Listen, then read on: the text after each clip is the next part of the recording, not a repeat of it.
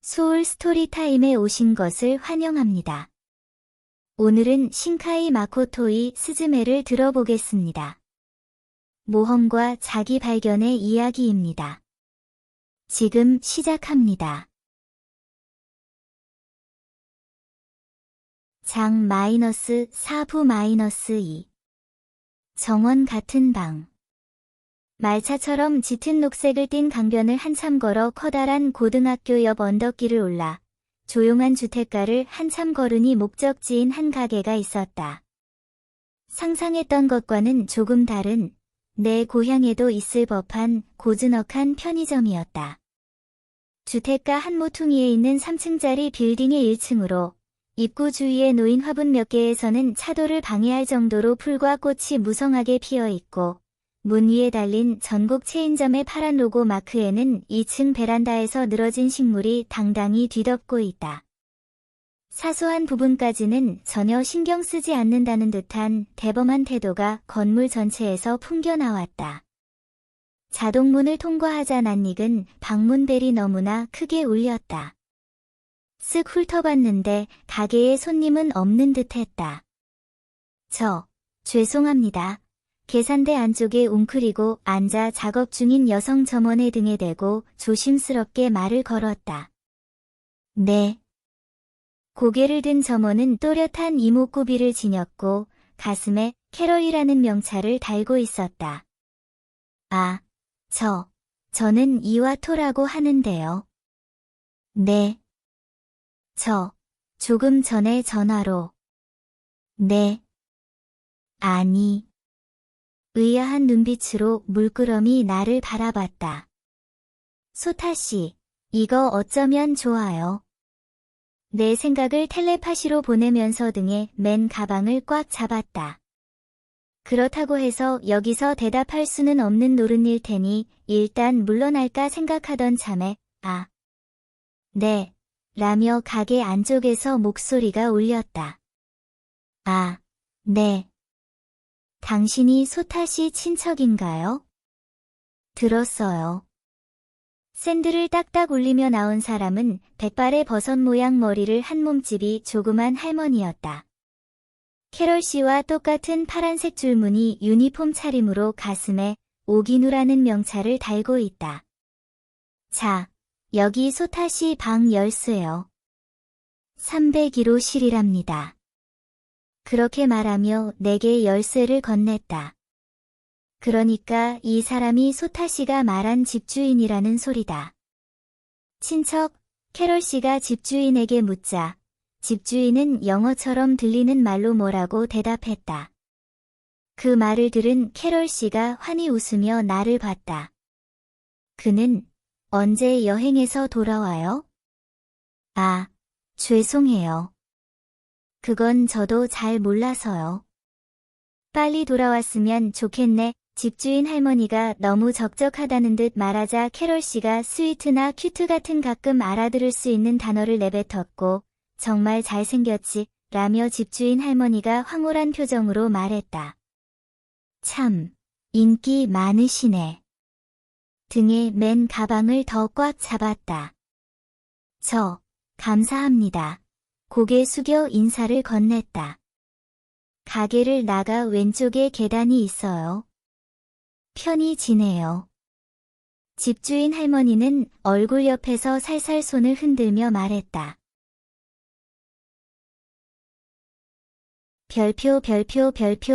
별표. 열쇠를 사용해 문을 열자 방을 채우고 있던 열기가 확 얼굴에 달려들었다.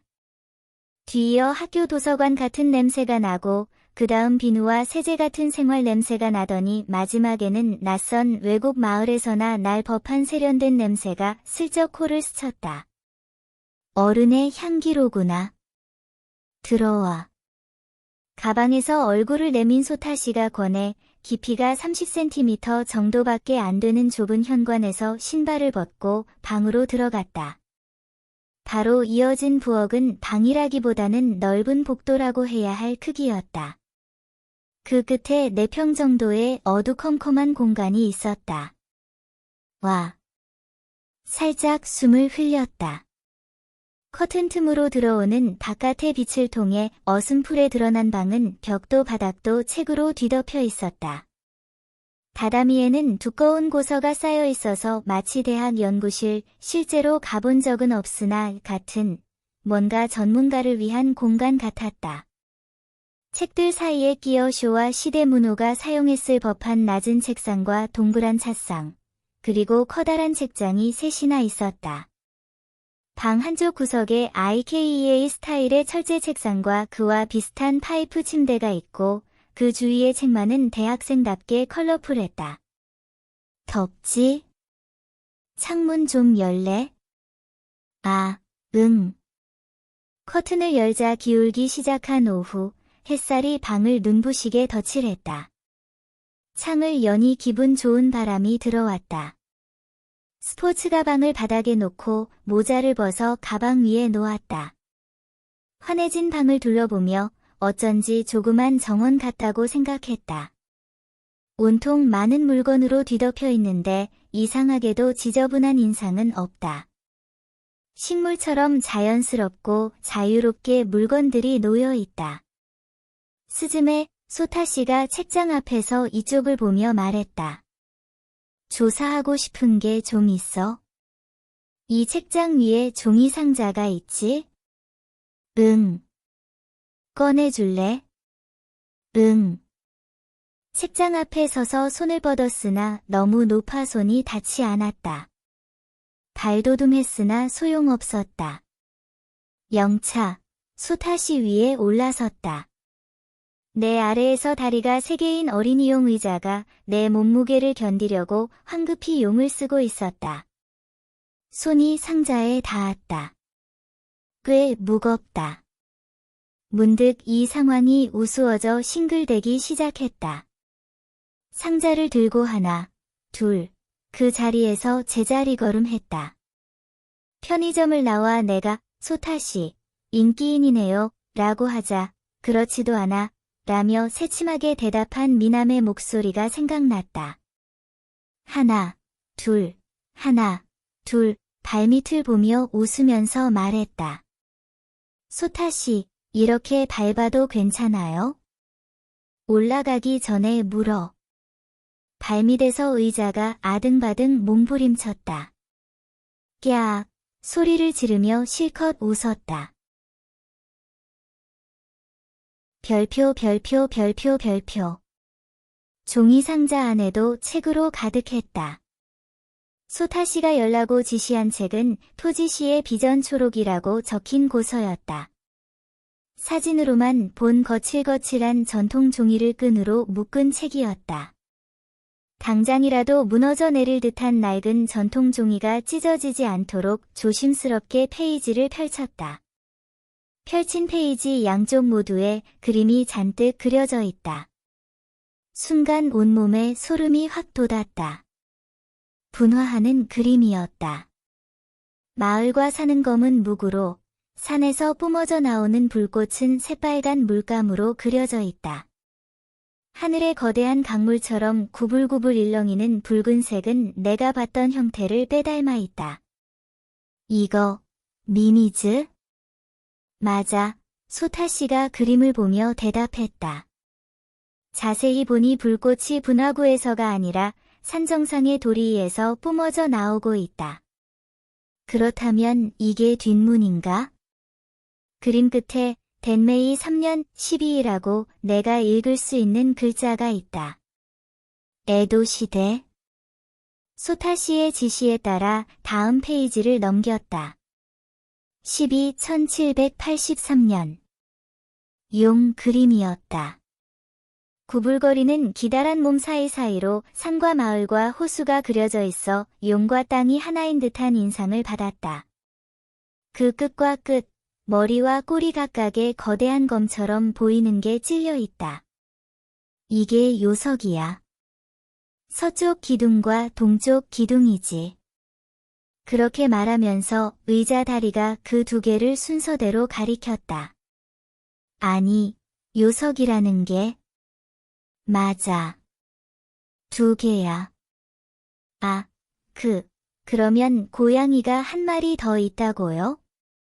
그 형태는 일시적인 이야.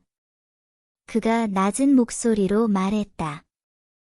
나는 페이지를 한 장 더 넘겼다.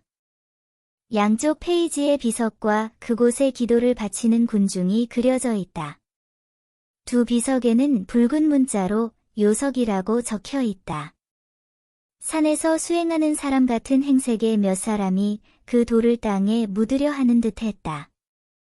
나는 읽지 못하는 흘림체로 그림 사이에 문장이 빼곡하게 적혀 있고 각 요석 옆에는 간신히 읽을 수 있는 글자로 흑요석 수습지 이라거나 인이 대변 백요석, 인 대변 백요석 이라고 적혀 있다. 인간을 위협하는 재해나 돌림병은 소타시가 페이지를 보면서 말했다. 뒷문을 통해 저 세상에서 현세로 나와. 그래서 우리 문 닫는 자가 뒷문을 닫으러 돌아다녀. 문을 닫아 그 땅 자체를 원래 주인인 우부스나 토지 신에게 돌려드려 진정시키는 거지. 하지만 어떤 종류의 재앙, 수백 년에 한 번씩 일어나는 거대한 재해는 뒷문만으로는 막을 수 없어. 그럴 때를 대비해 이 나라에는 예로부터 두 개의 요석이 주어졌어. 소타시는 이야기를 끝내고 다른 책을 가리켰다. 표지에는 요석 목록이라고 적혀 있었다. 마찬가지로 전통 종이로 엮은 책인데 방금 본 책보다 수십 년쯤, 어쩌면 수백 년일까, 새 것인 듯 보였다. 그 책을 펼쳤다. 낡은 지도 같은 게 그려져 있다. 지형은 녹아내린 돌을 붙인 듯 모호한 형태로 후조쿠니의 그림으로 읽히는 한자가 적혀 있다. 성 같은 지형 끝과 끝에 커다란 검이 두 개 꽂혀 있다. 그리고 요석은 시대에 따라 그 장소를 바꿔 페이지를 넘기니 또 고지도가 나왔다. 하지만 조금 전보다 해안선의 형태가 사실적이고 두 개의 검은 아까와는 조금 다른 곳에 꽂혀 있다. 이건 다시 페이지를 넘겼다. 해상도가 더 좋아진 지도가 나왔는데 상세한 길과 국경도 빼곡하게 그려져 있다. 검은 도호쿠 끝과 비와코 아래쯤에 꽂혀 있다. 일본 지도네. 맞아. 지도의 변화는 일본인의 우주관 변화와 이어져 있어. 사람의 인식이 바뀌면 토지의 형태도 바뀌고 룡맥과 재해의 형태도 변해. 그에 따라 요석이 필요한 장소도 바뀌지. 천천히 변화하는 사람과 토지가 상호작용하는 가운데 그 시대마다 정말 필요한 장소에 요석이 모셔진다고. 인간의 눈이 닿지 않는 사람들에게 익힌 장소에서 요석은 수십 년, 수백 년에 걸쳐 그 토지를 달래고 있는 거지. 담담하게 이야기하는 소타시의 설명 대부분은 제대로 이해할 수 없었다. 하지만 그의 이야기는 처음 봤던 요석을 떠올리게 했다. 아무도 없는 여름의 폐허, 얼어붙은 듯 차가운 물웅덩이, 그곳에 고독하게 서 있던 석상. 그때 석상에 손을 대자 흡사내게 말을 거는 듯한 느낌이 들었다. 그것은 100년의 사명에 질릴 대로 질린 고양이가 놀이 상대를 발견한 기쁨이 아니었을까? 그런 상상이 왠지 소타시의 설명과 함께 가슴에 와닿았다. 마치 내 마음을 읽은 듯 소타시가 말했다. 규슈에 있던 요석은 지금 고양이의 모습으로 도망치고 있잖아? 아, 응. 다른 요석은? 책상다리의 지시에 따라 페이지를 더 넘겼다. 이번에는 아주 낯익은 현대의 일본 지도로 메이지 34년 13이라고 적혀 있다.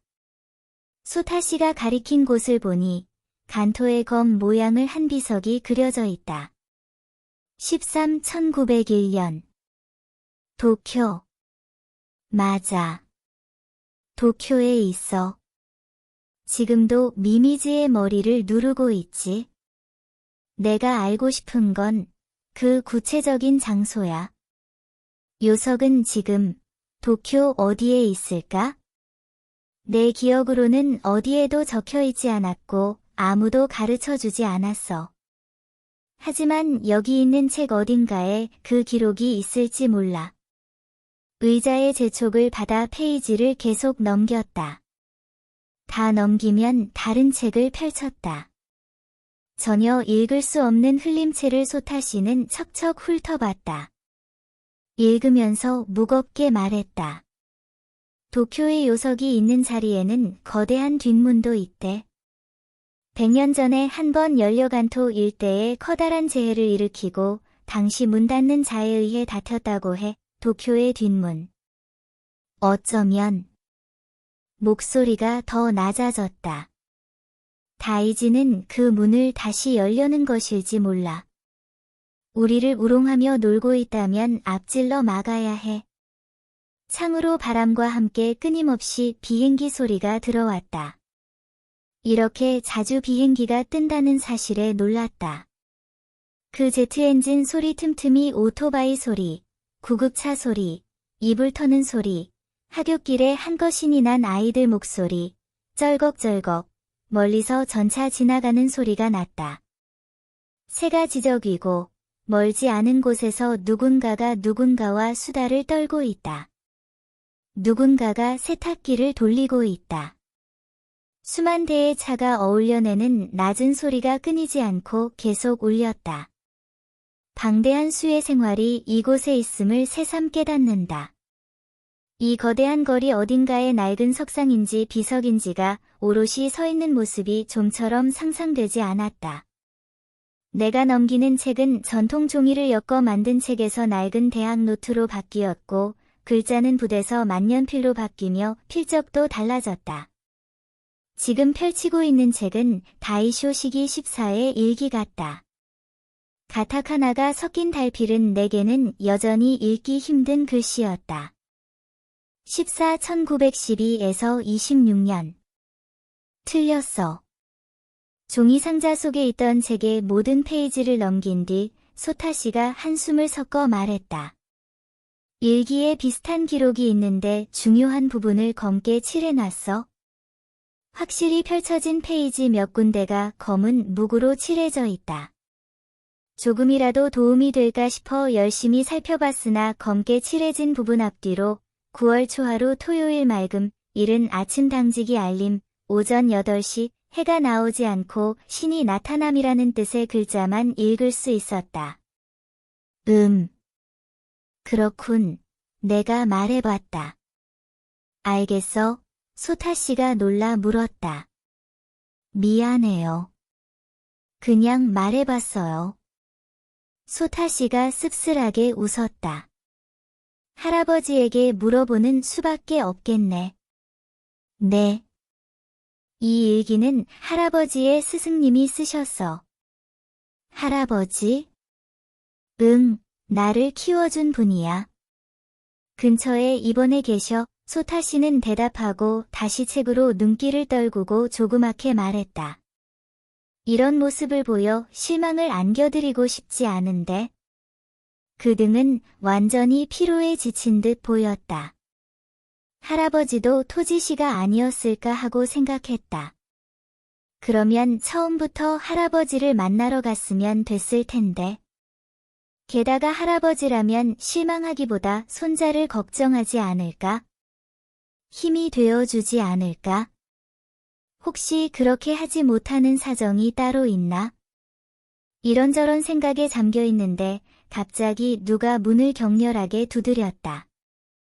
헉, 절로 소리가 나오고 말았다. 어이, 소타. 안에 있어? 있지? 남자 목소리였다. 얇은 나무 문을 탕탕 두드리고 있다. 소타씨를 봤다. 의자는 특별히 동요의 빛을 보이지 않고 포커페이스를 유지한 채 문을 바라보고 있었다. 창이 열린 거 봤다고. 소타, 돌아왔어? 어이. 탕탕. 세리자와야. 네 참, 하필 이럴 때 소타씨가 졌다는 듯 중얼거렸다. 네, 누구요? 아는 사람. 적당히 둘러대 줄래? 제가요? 소타 씨는 벽 쪽을 향해 꽈당꽈당 걷기 시작했다. 세리자와라는 남자는 거침없이 문을 계속 두드렸다. 야, 소타. 문 연다. 연다고. 연다. 연다니까? 탕탕. 매달리듯 소타 씨를 봤다. 나쁜 놈은 아니야. 라고 말하고는 쿵 하고 벽에 기대고 만다. 탕탕. 아니, 어쩌지? 철커덕. 문이 열렸다. 금발에 가깝게 밝게 물들인 머리에 웨이브를 주고 새빨간 새틴 셔츠를 가슴까지 푼 양아치처럼 보이는 젊은 남성이 문 앞에 서 있었다. 아, 안녕하세요. 나는 그의 바로 앞에서 고개를 꾸벅 숙였다. 오.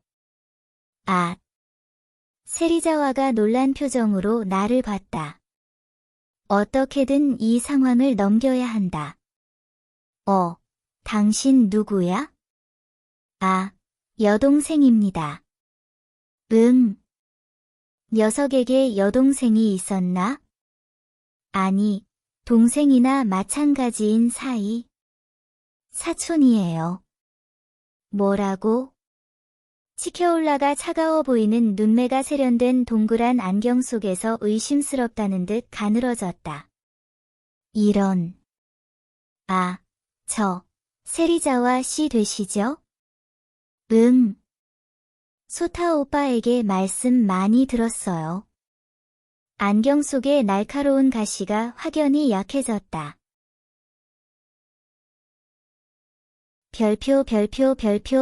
별표. 교원 채용 시험이요? 도무지 믿어지지 않아 금방 들은 말을 그대로 따라했다. 아니, 교원 채용 시험이라고? 세리자와 씨는 책장 앞에 서서 내게 등을 돌린 채 불만스럽다는 듯한 태도로 이야기를 계속했다. 응, 어제가 2차 시험이었는데 녀석 오질 않았어. 말도 안 돼. 어제가 시험일이라고요? 벽 쪽에 서 있는 소타 씨를 바라봤다. 그는 어린이용 의자인 척하며 내내 노을을 받으면서 나와는 눈도 마주치지 않고 있다. 너무 바보 같지 않아? 이러면 4년간의 노력이 완전히 물거품이 된다고. 세리자와가 어이없다는 듯 말했다. 세리자와는 책장에 빼곡하게 꽂힌 참고서를 보고 있었다. 교원 채용 시험, 마스터 교직 교양 교원을 목표로 하는 사람을 위한 책도쿄도 기출 문제집 즐거운 마스터 초등학교 전과. 색바랜 고서 사이에서 그것들만 특별한 장소인 듯 선명한 표지를 드러낸 채 꽂혀 있다. 어제 녀석이 안 와서 걱정하는 바람에 나까지 시험을 망쳤다고. 세리자와 씨는 긴 앞머리를 신경질적으로 쓸어올리고 고개를 돌려 나를 노려봤다. 너 말이야. 스즈메라고 했나? 저도 모르게 몸을 움츠리고 말았다. 이 사람, 눈매가 너무 날카롭다. 소타를 만나면 말이야. 열받으니까 2번 다시 내 눈에 띄지 말라고 전해. 아, 네. 아, 하지만 이만, 얜 빌려줬지. 세리자와가 갑자기 뭔가 생각난 듯 내게서 눈길을 떼고 조용히 중얼거렸다. 그리고 다시 나를 노려보고 말했다. 그건 빨리 갚으라고 해. 네. 가업이 힘들다는 얘기를 듣기는 했는데. 세리자와 씨는 몸에 착 붙는 검은 청바지에 양손을 찔러 넣고 현관으로 돌아가면서 중얼거렸다. 녀석은 자신을 제대로 돌보질 않아? 정말 화가 나? 무슨 일이 있든 연락 정도는 해야지. 완전 애야? 상식이란 게 없어. 세리자와 씨는 내게 더는 볼 일도 흥미도 없다는 태도로 현관에서 신발을 신었다. 나도 서둘러 현관으로 달려갔다. 그는 앞이 뾰족한 신발을 신고 문을 열더니 혼란스러운 상태 그대로 나를 힐끗 보며 아주 간단히 말했다. 그럼, 안녕. 문으로 나갔다. 그때였다. 주머니 속의 스마트폰이 갑자기 부저 소리를 냈다. 으아. 세리자와 씨가 놀라 걸음을 멈췄다. 그의 스마트폰도 울리고 있다. 무시무시한 불협화음. 청바지에서 꺼내 화면을 본다. 지진 속보. 네, 흔들렸어? 나는 말없이 신발을 신고 세리자와 씨의 곁을 지나쳐 방을 나왔다. 뒤에서 그가 뭐라고 말했으나 대답할 여유도 없이 공용복도 난간에서 몸을 내밀고 거리를 살폈다. 멎었다. 세리자와 씨가 말했다. 스마트폰 경보가 멈춘 것이다. 잠깐만, 너 괜찮아? 그가 내 얼굴을 들여다봤다. 가까워. 그에게 대답할 겨를도 없이 혼자 중얼대고 말았다. 생각보다 가까운 곳에 그것이 있었다. 주택과 다용도 빌딩이 늘어선 구역 안쪽, 여기서부터 300m 정도 떨어진 거리에 검붉은 몸통을 꿀렁이고 있다. 빌딩 사이로 천천히 솟아오르는 탕류는 마치 도시 공간에 방출된 거대하고 무의미한 붉은 오브제 같았다. 그것을 둘러싸듯 엄청난 수의 까마귀가 깍깍 울어대고 있다. 어라, 새가 엄청 많네. 내 옆에서 세리자와 씨가 그리 놀랄 일도 아니라는 듯 말했다. 저거, 간다가와 근처네. 강에 무슨 일 있나? 이 사람에게는 안 보이는 것이다. 중요한 게 보이지 않는다. 콰당, 의자 다리가 내는 소리가 들렸다. 가자. 어느새 내 발밑까지 온 소타씨가 날카롭게 속삭였고 나는 끄덕였다. 의자를 들고 달리기 시작했다. 이봐, 잠깐만, 얘. 뒤에서 세리자와 씨가 소리쳤으나 돌아보지 않았다. 아파트 계단을 뛰어내려가면서 생각했다. 교원 채용 시험? 하지만 소타씨는 한마디도 내게 알려주지 않았다. 소울 스토리타임을 시청해주셔서 감사합니다. 오늘의 이야기가 마음에 드셨다면 좋아요와 구독을 눌러주세요. 매주 별표 월요일, 수요일, 목요일, 토요일 별표의 새로운 이야기로 찾아뵙겠습니다. 다음 이야기까지 행복한 시간 보내세요. 그럼 안녕.